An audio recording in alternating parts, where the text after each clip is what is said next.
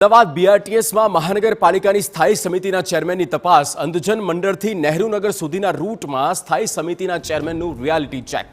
ઓચિંતી મુલાકાતમાં BRTS bus અને stand પર ક્ષતિઓ સામે આવી છે.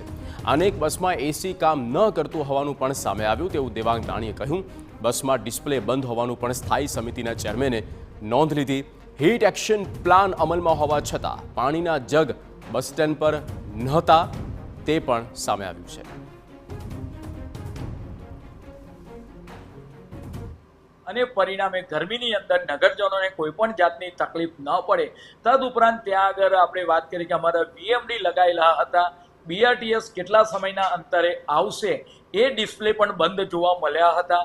તો એ ડિસ્પ્લેને પણ ઝડપથી ચાલુ થઈ જાય અને ત્યાં આગળ ઠંડા પાણી મળી રહે. ત્યાં આગળ ઓઆરએસના પાઉચ હતા, પરંતુ પાણીના જગની વ્યવસ્થા કરવા માટેની પણ જરૂરી સૂચના આપવામાં આવી છે.